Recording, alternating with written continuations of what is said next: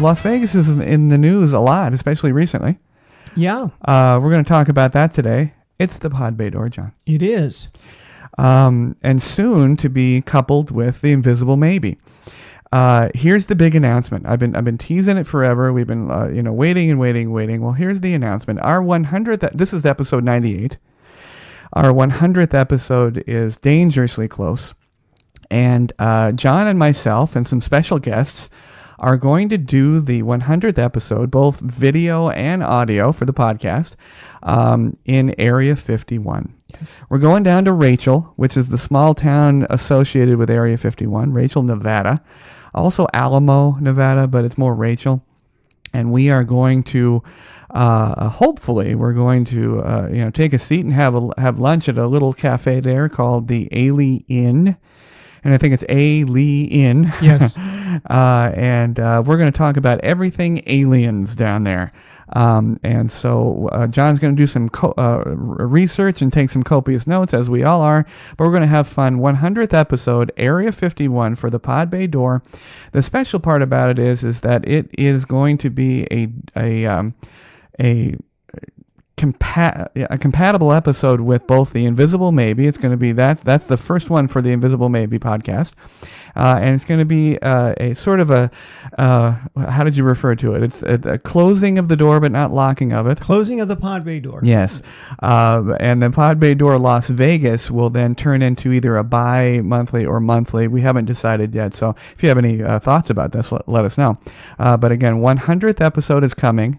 John and I are going to drive down to Area 51 and see if we can't dredge up some aliens. Yeah. Yeah.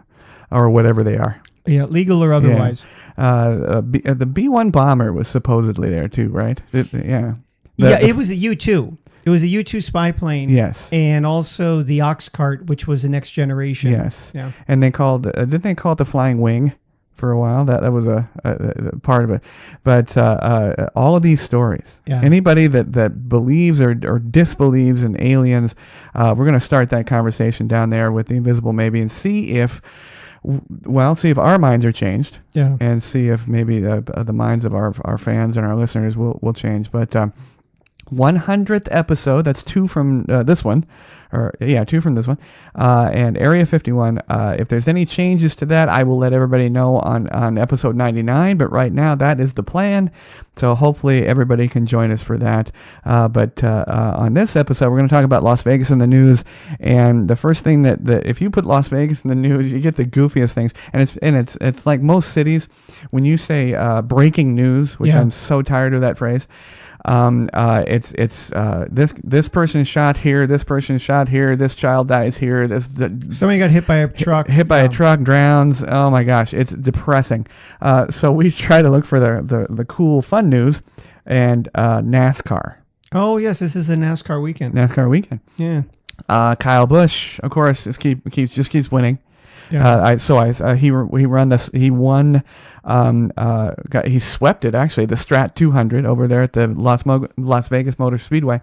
Now the Motor Speedway is a very popular place for obviously NASCAR. All the racing happens out there, if you didn't know, and EDC, Electric Daisy Carnival, very popular out there because it's big, it's flat, it's kind of way out there.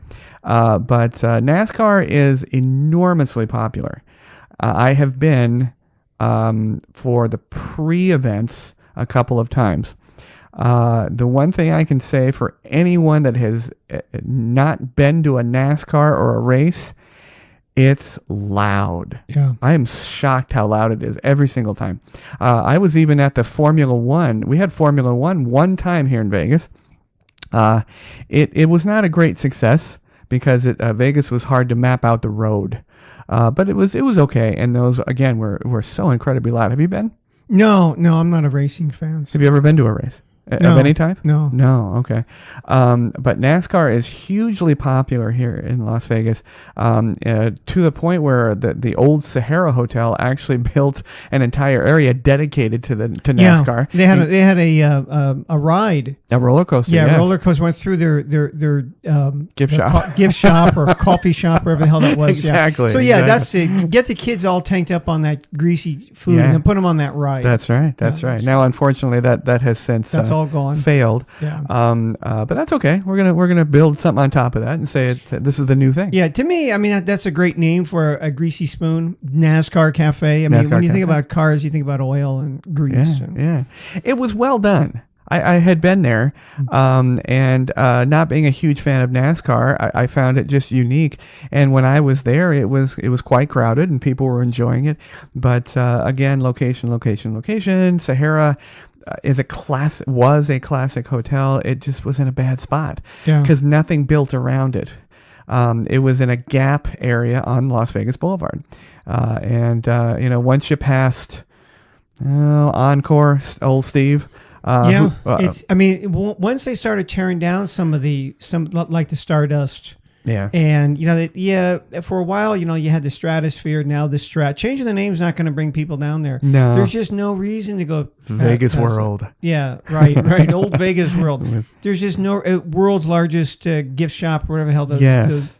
There's no reason to go down there. Bonanza, world's largest gift shop. Yeah. Then you start getting into the crummier part of Las Vegas Boulevard, kind of right there. You're right at the border, with the Strat. Mm-hmm. So there's no reason now to go down there with you. Can't even see the Stardust or the Riviera's gone. And you see, that's the interesting dichotomy. That it's what Vegas fights all the time. Bonanza, which is it was Las Vegas Boulevard and Sahara Avenue. Yeah, and it was called Bonanza, and it was a strip mall turned into one connected gift shop. Yeah, everything you could imagine for Vegas was there. You could get any novelty item you could possibly think of. Wasn't the best place in the world, as far as location. It's now, it was destroyed, of course, to make room for the Lucky Dragon, which now is going through its auction process, and it bankrupted everything. Yeah, it wasn't lucky. Yeah, so no, exactly. And the Bonanza was there for decades. Yeah. And then okay, let's just wipe it off the map and make a failed casino. That's the part that's so strange. But just as an aside, Bonanza was a wonderful place to go and get the best fudge. Oh, is that right? Yeah, they had the most amazing fudge. If you're a fudge fan, you could go there and get fudge along with a Vegas shot glass. But it was a great place. But you're right, change the name doesn't work. Stratosphere used to be Vegas World, who used to be run by big old Bob Stupak. Yeah, and it's just everything changes though. It's gone. But next in the news, so here's a story about NASCAR that I'll go back to NASCAR a little bit. My wife was a limo driver, and this was well before the advent of the rideshare programs, Lyft, Uber, and whichever the new one's coming. I hear Amazon's going to start a rideshare. Oh God. Oh yeah. And they got to get their they have to deliver all their packages first, but they'll take you. Yeah. But the NASCAR and EDC, they were so popular, but nobody wanted to go out there and by driving, because parking was sketchy. It was hard and expensive. But then the limo drivers and taxi drivers didn't want to go out there either, because it's such a pain in the ass. Yeah. Drop off became, a real issue, and security was such a problem. And so what was amazing was they would take you out there and not take you back to Vegas. It was hard to get back home. Well, when Susan was out there, and she was a limo driver briefly, she would go out there because she knew that people would literally throw money at her. Please take us back. Please take us back. Nobody will drive us back there. And again, this was before Lyft and before Uber. You couldn't do anything. You were stuck way out there, and it's a good 30 minutes. Yeah. And so she would make hundreds and hundreds of dollars doing these runs back and forth to there. So yeah, I mean, it's that popular. Now the popularity, I think, for NASCAR it's still very, very popular, but I think based on those numbers back then, the popularity has waned. Now EDC, I think it's actually increased in popularity. Yeah. Now I remember we worked at the Venetian. That Maverick helicopter offered, you could. I mean, it's expensive, but you could. They would, they would fly you out there in the helicopter. Yes. Set you down and then pick you up when it was over. Yeah. Now it was several $100s, I think, but nevertheless, if you've got the money and you want to get in and out of there, great way to go. Same thing with EDC, right? Yeah. I mean, you've got. That one would be, you've got 100,000 people or whatever it is. They've got the traffic jam going out of EDC is bad. It's biblical. Yeah. It's Exodus. I mean, I said, you've never seen traffic till you've been to a major city in Asia. And I think, wow, this is really impressive. This kind of reminds me of once, because, I've been to Tokyo and Bangkok and Beijing and Manila. Yeah. So I Hong Kong. So I've seen all of these, Taipei, these cities. It's like, wow. We thought we had it bad. No. LA is baby shit compared to some of the ones I've seen in Manila.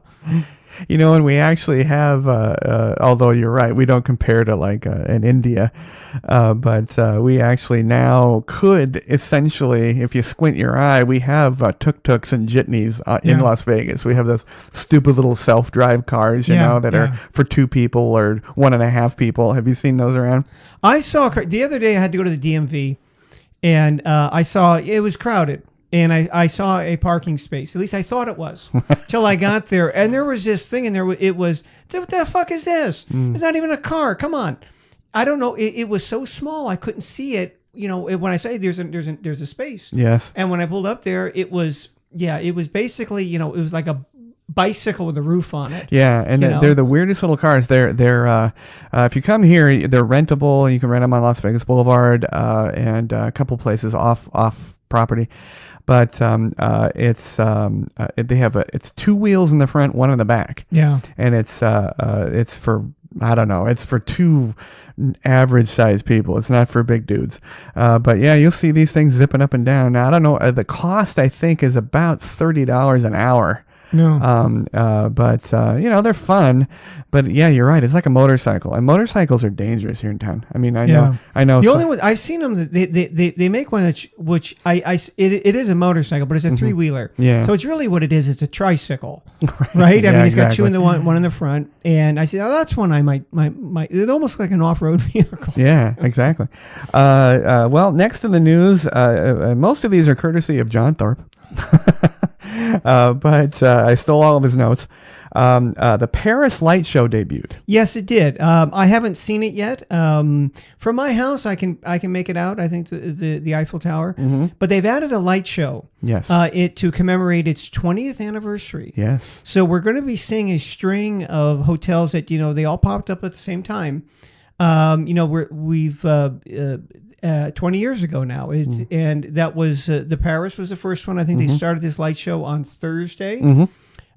Yesterday, or rather on March the 1st, or rather March the 2nd, is the anniversary of the Mandalay Bay, 20 years. Yes. And as we know, coming up in May will be the 20th anniversary of the Venetian. We do. Yeah. John, a special place in our heart. Oh, yes. The dark corner of our heart. Our dark corner of our heart. Now, here's some, as you know, John and I and the Pod Bay Door love our numbers. Here's some numbers. All right. Paris Light Show. Yeah.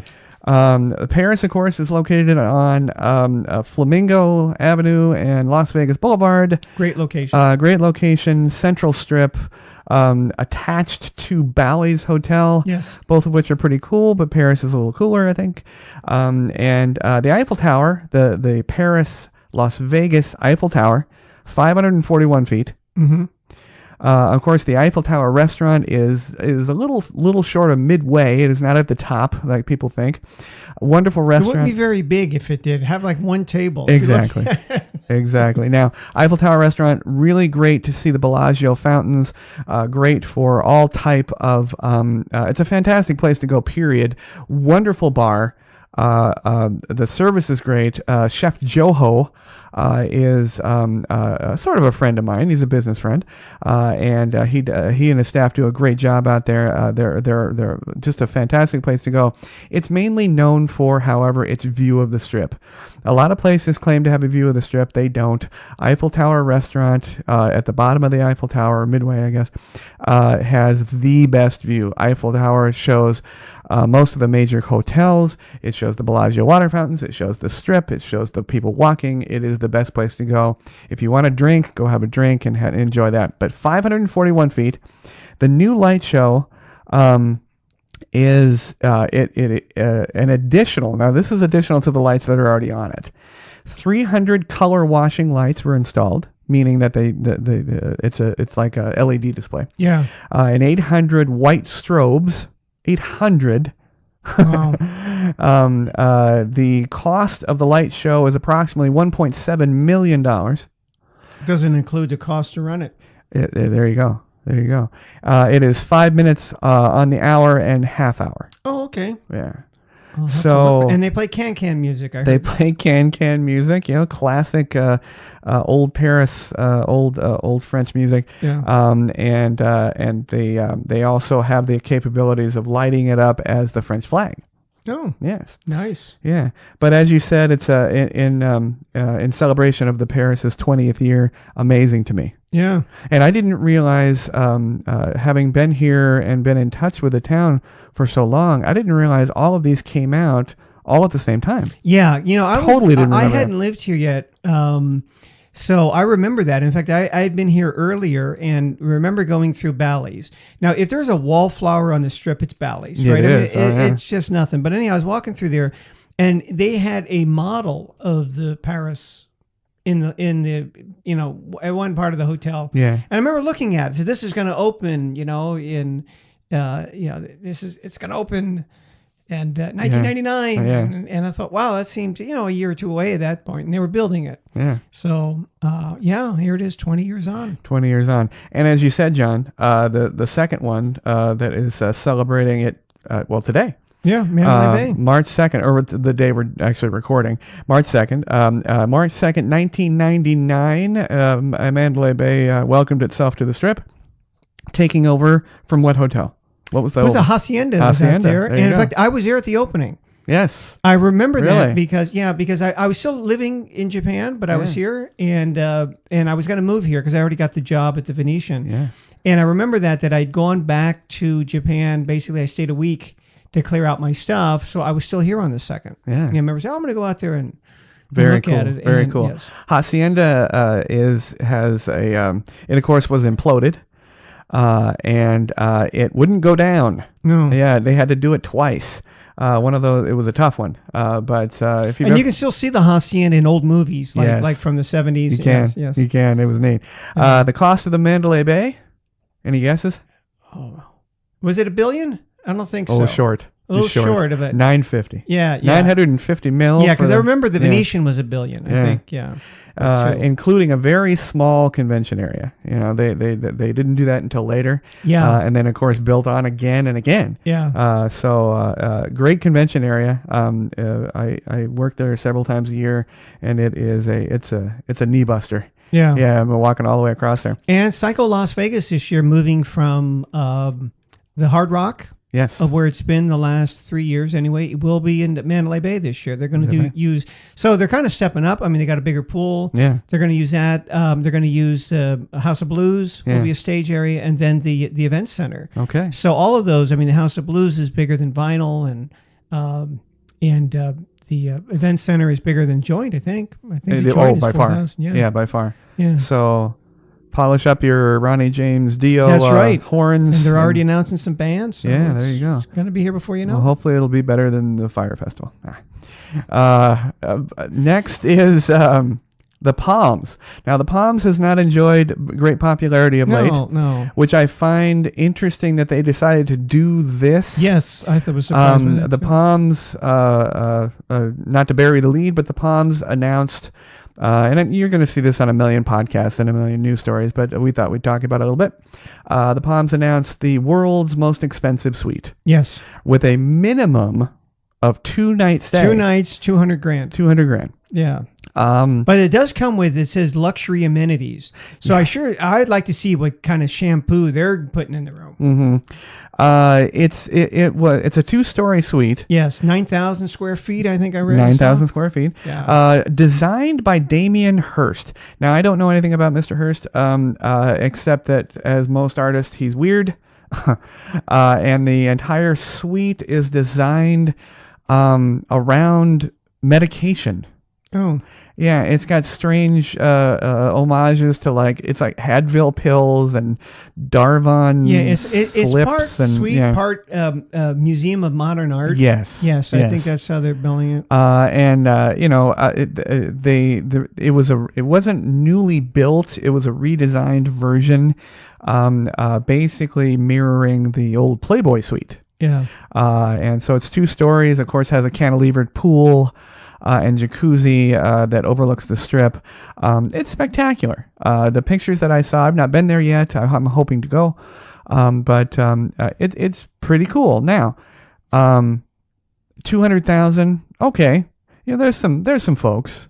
Mr. Clooney, Mr. Pitt, and Mr. Gates. Yeah, people from and Mr. Musk. Royal family from the Middle East. Yeah, and those types of folks go in there and they'll throw that down. They'll open up their wallet and pay for that. It's easy. But as for those of us a little bit further under the clouds, we're not going to do that. Yeah. In fact, we have a question coming up from a fan regarding that I found that relevant to that. But my question is, the Palms came out gangbusters. I mean, it did. Balls of fire. Whenever it was like 2000, 2001. Yeah, I mean, and they were the place to be. It was owned by the Maloof brothers. They're an eclectic family. Yeah. And old George, he has quite a reputation, or had quite a reputation as a partier, and it was the perfect time for that. Because Las Vegas, it was what happens here stays here, and the mystique of Las Vegas, and gambling, and naked chicks, and all kind of stuff, drinking, and all kind of stuff, and it was perfectly timed. But then it waned, and it really fell down, and there's a change of hands. George got into trouble, and it became sort of a non-issue, whereas the Rio kind of just kept chugging along. They're right across the street from each other. If you haven't been here. So the Palms really never kind of recovered from that downstep. Yeah. And they're redoing it, but they're redoing the restaurants, and now they're announcing this big suite. And is that going to work? The last time I was at the Palms, I went to see Megadeth at the theater there, the Pearl. It's Pearl, isn't it? Pearl. Yeah. And so I was there, and I went in the coffee shop before the show. And the manager there was ecstatic about how many people they had there, because I could hear him saying, "Wow, this is great! We're never this busy." Yeah. Now they didn't have people lining out the door. I mean, they were busy. I mean, they had most of the tables occupied. But yeah, I mean, I looked there. I said, there's really no other reason to come here because it didn't have something to draw you except the star power that it once had. Think of like what the Venetian did with Dow, right? Yeah. When you have all the Kardashians and you have all these, they weren't around back then. This was a different generation. Right. So those people that were coming in, and these were you're right. The Brad Pitts. Yeah. What's her name? The actress from The Mask. Oh, Cher. Not Cher. The pretty blonde. From the Carmen Diaz. Carmen Diaz, Thank right? You. Right. I had Carmen in my head. I couldn't think of her family name. Not The Mask, or it is The Mask, not just Mask. Okay, she was hanging out there. It was kind of like that in crowd. Yes. So that's why people went there. And then when they went somewhere else, that was it. There was no reason to go out there. Yeah. Unless you want to see Megadeth or whoever was performing. Yeah. Well, I think what's happened in town is why the Palms and many of the ultra lounges around town have seen a decline or failed outright.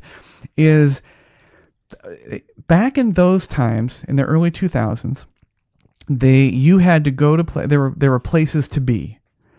I'm cool because I'm at the Palms. I'm cool because I'm at Tao. I'm cool because of wherever. Yeah. Now there aren't spots like that. It's just, did you try this restaurant and did you go and Insta, the drink over at this place? But it wasn't the place; it was the drink. Yeah, and it wasn't the Palms; it's the meal. I remember before when we were opening the Venetian, and I was reading some of the copy for the restaurants. This is the place to see and be seen. Yeah, I thought, but while you're there, you're gonna have to order something. Does it taste like shit?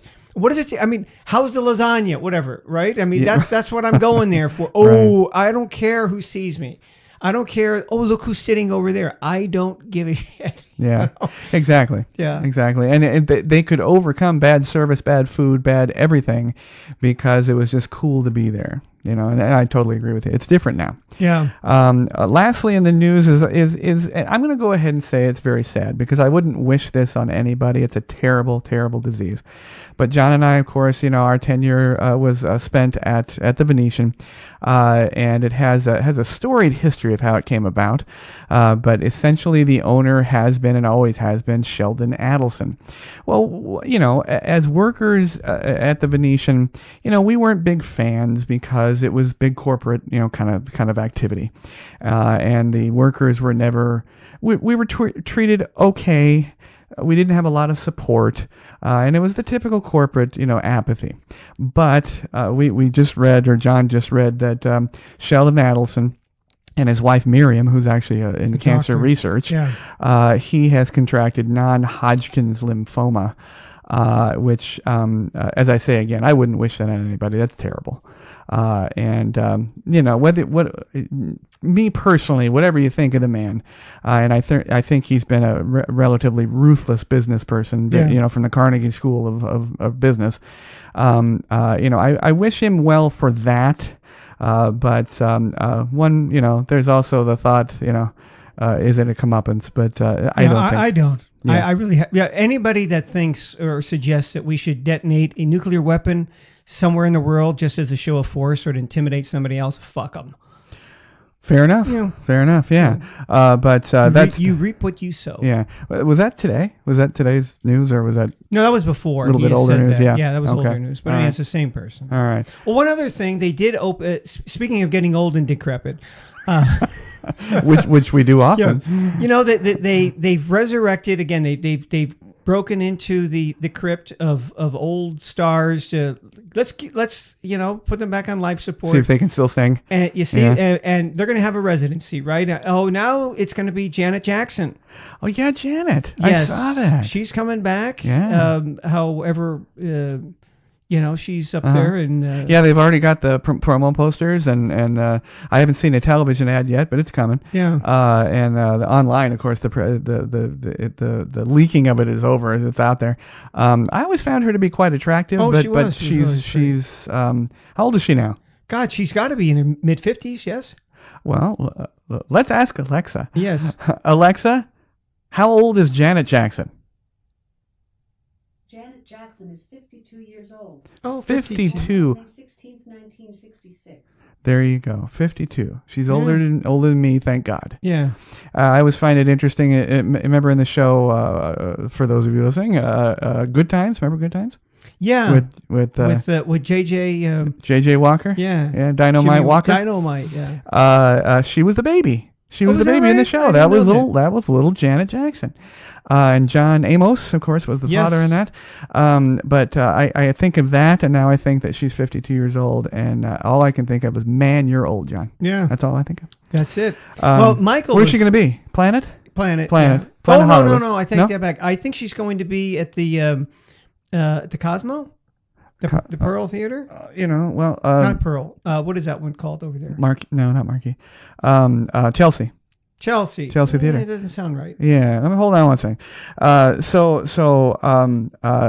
Now what we talked about as far as the incoming people, we have Def Leppard, Janet Jackson. We've got Aerosmith.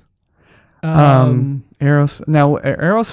is that Aerosmith is a residency? Yeah, apparently. I mean, maybe it's a short-term residency, like 3 or 4 weeks. Okay. But they're playing. Park Theater for Janet. Park. I said Park Theater. That's what it was. Yeah. So Def Leppard, Janet Jackson, Aerosmith. I saw. Let's see. Gwen Stefani's going to try it again. Yeah. Yeah. She had sluggish ticket sales, but we'll see. Well, I mean, of course, they still have to have Lady Gaga. Yeah. Now, there's somebody who's still relevant. I mean, they're not just replaying the hits. Now she has the power of the Oscar. Yes. Yeah. Which seems like a step down. She's going to play here in Las Vegas. Yeah. She hits the big time with a well-deserved Oscar, in my opinion. I think the song is great. Although that all the memes and the web documents that came out about her and Bradley Cooper. Yeah. There's Bradley Cooper, his significant other, and then Lady Gaga, and it's pretty clear they have more than just a singing relationship. Based on these memes, it's really funny. But yeah, win an Oscar and then start a residency in Las Vegas. That seems like. Yeah, usually it's like I said, it's they either have to resurrect you out of the crypt, or you're on the way there. Now, you've got 1 foot in the grave. Yeah, right, and 1 foot in a hole. Now, being the rocker that you are, Megadeth, John. Who would you like to see? Who would you like them to see that bust open the mausoleum and put on stage? Well, I've seen Def Leppard and I've seen Aerosmith and I've seen them all at one point back when they were, in the 90s or 80s. I saw Aerosmith in the 70s. In fact, I saw that. Was good. Was that good? Oh, that was good. Yeah. I saw them in the 70s. And I saw the other day on Loudwire that Phil Mogg is going to retire. This is his last tour. Phil Mogg was the lead singer of UFO, which is a British heavy metal band from the 70s. I thought, oh my God, I didn't even know that they were still around. 50 years he's been with UFO. And he said, I've had it. He's, Jesus Christ, I saw him in the 70s when I was a teenager, and I'm going to be 60. So how old is Mogg, right? So he's going to play at the House of Blues in October, and damn it, I'm going to go because... It's Phil Mogg, right? Now, I went to high school with a guy named Paul, and he very much was like you. He loved metal music, and back then there was a guy that he lived and breathed for. Yeah. And I just noticed that at I think it was at Palace Station or I think it's at Palace Station. But he has probably the most memorable name. He's a guitar virtuoso, Yngwie Malmsteen. Yes. And he's going to be performing. Yes. And I don't know how. And he has the same hairstyle as he did in the 70s. Yes. Yeah. So you're right. Yeah. They pry open the crypts and pull them out. And it was interesting. I saw a UFO at what they called a Day on the Green, which was a outdoor concert in Oakland, California. And anyhow, the headliner that day was Peter Frampton, who has also announced he's doing his farewell tour because he has a degenerative muscle disease. So he's going to be unable to play. Really? Yeah, which is kind of sad. So. That is sad. Yeah. We all get old. Right, for except sure. for the Rolling Stones. Oh, no, they're old. There you go. I mean, I've seen them. I've seen them twice. I've seen them. This is it, where they said, I'm not doing this anymore. Their retirement tour. In the 80s, they did one in the 90s. I saw those. And then I said, no. I'll allow you to retire twice. Yeah. No more than that. And they were here, last year or year before? I know. I just saw, as an aside, Bohemian Rhapsody. Oh, great is film. it good? Is great it? film. Yeah, I've been waiting for it from Netflix. I mean, do you need to like Queen? I don't think so. And as it's been said, if you think you don't know Queen, you know Queen. Yeah. It's the Queen is a lot like Mellencamp and Hall & Oates and all the classics. They sang way more songs than you know. Yeah. And the minute you hear it, but it's a celebration of that whole era of music and Freddie Mercury, and I think Rami Malek deserved the Oscar absolutely. Yeah. I think that a lot of the other Oscars didn't deserve it. I had tickets to see Queen and Thin Lizzy, and for some reason I forgot why I had to. Where? At the in San Francisco. Oh, okay. At Winterland, which was a popular place for concerts, and I didn't get to go. I can't remember why I had to bail out. Oh. But somebody told me went there, said he thought it sucked because when they did Bohemian Rhapsody, it was all it was just because obviously they don't have the chorus there with them. It was just all canned in, you know. What are you going to do? Lip sync, basically. All right, John, we have some questions. Good. They're mostly for me. Do we have answers? We'll make it up. All right. We always do. First one is to you from Facebook, Kenji. You're getting a lot of Japanese. Kenji is a Japanese one. Again, like I said, we're talking about the Palms Super Suite. Were VIP suites used often? Please, go ahead. Well, it seems that it depends on who's coming in. I mean, usually those are reserved for the whales, right? The people, the high rollers, so to speak. You'd have to be of a Larry Flint type of. I mean, you're going to have to be playing some serious money in order for them to give you that. But those suites weren't something that they routinely rented out to just the average Joe, because those were reserved for those people. And you never knew with those types. Those types of people don't plan a lot in advance. So they let their casino host know, I'm coming tomorrow. And they want something, And again, we've told the Kenny Rogers story, and there was such a case, right? He wanted that bungalow, and it wasn't available because some other mucky muck was there. So you're going to have to wait, Kenny, but we'll give it to you as soon as they leave, because right? So they put him somewhere else. So yeah, I mean, it seems to me that those are, for the most part, they're empty. I mean, they're holding them just in case, but they will rent them out. That's absolutely. They were rentable. I mean, anywhere between $1,000 to $10,000 a night, depending. Yeah. Now, when I read that question, VIP, I mean, we're talking, presidential. Yeah. And yes, absolutely. I mean, these suites were thousands of square feet.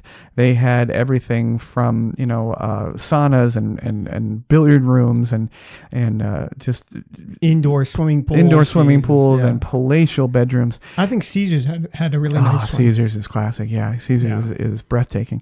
But like you said, often they are not used. Often they just are there being beautiful and never picked up. Yeah. The most I think they're ever used is, again, like John said, when people like a Michael Jackson would come in, like a Arab sheikh.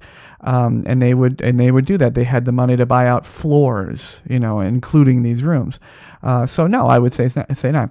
Now, and as you went down in level, of course, like a 2-bedroom suite and then a 3-bedroom suite, and then their first level of sort of VIP, those were used pretty often, if only by the gaming personnel and the hosts to reward their players, but really not often. No, not often. No.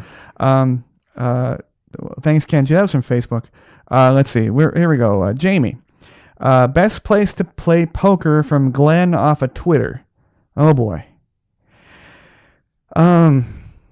Well, Glenn, I have played poker sparingly throughout the years. And what is the best place? That's hard to say. It really depends on the type of poker that you play. If you are an ingrained person that if you could just sit down with a bunch of dudes and play 5-card draw and make a night of it, cigar and bourbon and 5-card draw, then the Horseshoe used to be the place. Your place. Yep. I mean, it was dark, it was warm. They used to have the World Series of Poker there. Used to have the World Series of Poker there when it was for men. However, if you're referring to just an everyday person, if you are not necessarily a pro, if you want to get your feet wet, if you've never played poker and it scares you, any place is good for that, except don't go to Caesars, don't go to the Mirage, don't go to Mandalay Bay. Yeah. Here's why. If you've ever seen Rounders with Matt Damon, they go to the Mirage and they go to Trump's Taj Mahal. There are people that know what they're doing, that make their living playing poker, and they will spot you because of the way you play, and it will be not fun. And you'll lose your money relatively quickly. You'll not have fun, and you'll be soured to the situation. You could even go to the South Point and enjoy a nice session of playing poker. Be good. I would recommend South you Point. could go to oh gosh, I mean any one of the. It really depends on where you'd like to enjoy your time, your level of play, how much you want to play, and basically you just go to the poker room, tell the person at the podium, usually a lovely young lady, how much you'd like to play and what game. I mean, there's Omaha High-Low, there's Hold'em, all different types of games, and then they'll call your name and you sit down. It's a little unnerving, if you're brand new. Yeah. But make sure that you go to a place that you're comfortable with and that matches your level of skill. The Mirage is still pretty much the best poker house in town, and you're going to get a lot of pros.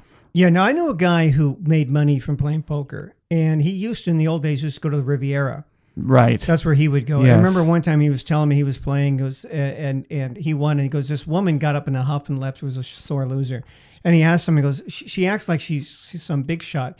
He goes, well, she performs at the comedy club. He goes, oh, what's her name? And he didn't know. He goes, Rosie O'Donnell. Oh, I was going to say Margaret Cho. Yeah. See, I have a standing rule. I do not play. If I walk up, or if I used to walk up to a table and there was an Asian woman on the hook, I would never play. You can't read it. You can't read it. No. Oh, it's terrible. And now, unfortunately, poker, in my opinion, I'm old school when it comes to that, has been kind of ruined by the online weenies that, have become celebrities, the Phil Ivies of the world. With the Asians, in Japan, they call this nakasoto, inside face, outside face. Yeah. And it's that outside face Yeah. that, is where you see that stoicism, where they don't reveal what's going on inside. Yeah. That would make them. I used to say that about some of my students. Said, Jesus, you'd be a good poker player. Yeah. Just because you cannot tell what's going on behind that face. But as I've said with the sports books, if you're new to any of this, don't shy away. You know what? Keep your budget low and sit there and learn. And go to a place that that you feel comfortable. It's good that if you walk in and the poker room is just packed with people, you might want to consider going to some place that's not packed, so you can concentrate a little bit and just relax and have fun. But poker for people that aren't making a living is for fun, and that's what you're looking for. If you didn't have fun, then go to a different place, but don't get soured to it. Okay, the next one's for me. Actually, next two are for me. Jamie from Bill from Podbean. Strippers to rooms, yes or no? Always yes, Bill. Yes. Yeah. Yes. Yes, or you lose your man card. I think what he means is, can you do it? Yes, you can. We've talked about this probably ad nauseum. I have a story that I've told on here. I was suspended briefly during the time when they were trying to figure out what happened. But this stripper I helped a gentleman get a dancer, an adult exotic dancer, to his room, and she subsequently rolled him and took his money, and he wanted to sue everybody, and ultimately I was fine. But yes, be careful. Yeah. They are legal to dance. They can do nothing more legally. I'm sure there's many, many different things that happen in the rooms when people aren't looking. Often the dancers or strippers are accompanied by either another young lady or a large man with a boombox. No, not anymore. But yes, so be very careful. But yes, they are legal to do that. Yeah, I arranged both. I arranged even male strippers for a guy. Yes. He wanted them for his wife. It was her birthday. And all right, how many do you want? I got him like 4, something like that. Wow. Yeah. That's quite a sword fight there. Yeah. He had money, that guy. He paid his room service bill for this party that he threw, right? There was only 4 people. Mm-hmm. There was the guy and his wife, whose birthday it was, and then I think it was her sister and her sister's husband. Just 4 of them. They were from Brazil. And the room service charge for those 4 people was $2,000. Remember that? Yeah. Nice. Yeah. See, that was the point John and I always made when we were actively concierge. And when we're in the podcast, if you had the money, we can make it happen. Yep. The things aren't for free. Yeah. You know, but yeah, $2,000 bill and tickets and strippers. Yep. We could do it, but you got to have crank out the money. Yeah. All right, last question for the show is to me again. I like this one, and I had to end with it. It's from Joy off of Twitter. Bingo. I love the tweets. It says, bingo ellipse, fun ellipse, I'm scared. And Bingo's always fun. And scary. The patrons are scary. The game is not. Bingo has my absolute stamp of approval. It has my family stamp of approval. I have told you many times that my mom comes in and it is the first and last place we visit, South Point Bingo Hall. Yep. And it is, do not be scared.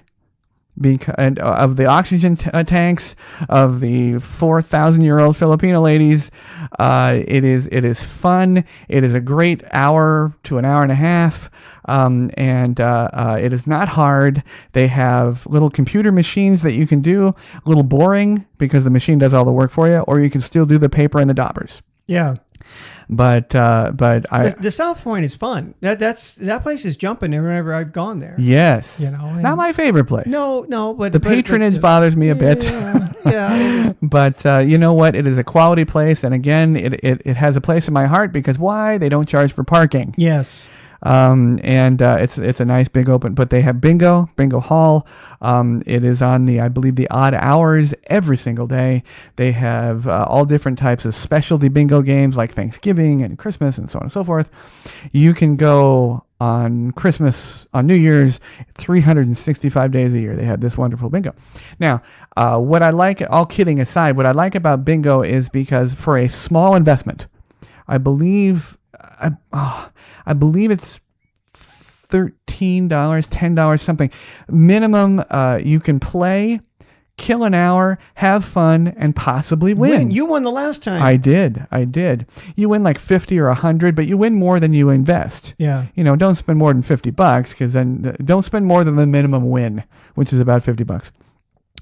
But and you win. You actually win, and it's fun, and it's rarely packed. Yeah. I mean, it's the odds are actually pretty good, it's an interesting bunch of it's older folks, and they still have the goose. It's kind of like where the little ping pong balls suck up. It's still in use, but they don't pick the ball out and call it. I mean, it shows on the screen. She calls the number and so on and so forth. But you can go in there for about $20 to $30, usually $26, $28. Have blue level or rainbow level, or there's all different types of levels, and the ladies will help you when you're there. And walk out a winner. I mean, I have won 100. I have won a couple hundred, and it's just fun. And go with people. Go with a group of people. Take your family. Take your friends. It is just a mindless, fun activity. They serve drinks that are free. They serve in the morning. That's another nice thing that free drinks. Yes, they serve donuts in the morning, which I'm all for a donut. But don't be scared, Joy. Go and enjoy bingo. South Point isn't the only place with bingo, but most of the station casinos have bingo. Most of the point places, Green Valley Ranch has bingo. Some of the majors do. You have to look it up. Grab a What's On magazine while you're in town. But now you've played. Yes. Where did you play at South Point? South Point. Did you play with your family? Did you go by yourself? No, I went with a friend who was from out of town. Okay. Yeah. Did they request it, or was that your call? No. They said they asked about bingo. I said, let's go play. There you go. Yeah, I didn't win, but hey, I had fun. Yeah. South Point is great. There's bingo, ice cream, coffee. Yes. They got, Shake's joint in there is really popular. Steak and Shake? Steak and Shake for diner food. It's still the place to get. Nice movie theater. Really nice movie theater. Very nice movie theater. It's a century theater. Yeah. And it's still the place by the sports book to get 2 hot dogs and a drink for $3. and a good sports book. Yeah. Nice and large sports book. So I recommend the South Point if you want if you want a non-scary, easy Las Vegas experience where you can literally experience everything Las Vegas has to offer. And yeah. The shows are a little old. Yeah. Paul Anka. Oh yeah, Tony Orlando. Tony Orlando. Yeah, now they've gone to another layer down into. I said Tony Orlando and Don. It used to be. Don is gone. Yeah. But I do recommend the South Point. But thank you, Kenji, Glenn, Bill, and Joy. Great questions. And I hope we answered them to your liking. But again, thanks for listening, everybody. John and I truly appreciate all of our fans and all of the patronage. We enjoy this so much. In fact, we're doing another one. Our 100th episode is coming. I will announce the date between now and soon after our 99th episode. But again, John and I and some special guests are going to go to Area 51, Rachel, Nevada. We are going to answer the question once and for all: are the hamburgers any good at the cafe? No. Yes. Are there aliens? That's why I have to bring somebody with us to eat it. Right? That's right. That's right. We got two vegetarians going to a hamburger joint. Outstanding. But we're gonna see what we can see about the aliens and about the alien burgers and about what's going on. And John has some fantastic information and notes off some readings he's been doing. But we're going to go down there and hopefully give you some great information. It is the debut for The Invisible Maybe, and you can pre-subscribe to that at theinvisiblemaybe.com. And that's going to come out very soon after we go to Area 51. And we're going to come out with hopefully about 5 episodes. So please check that out. It's theinvisiblemaybe.com.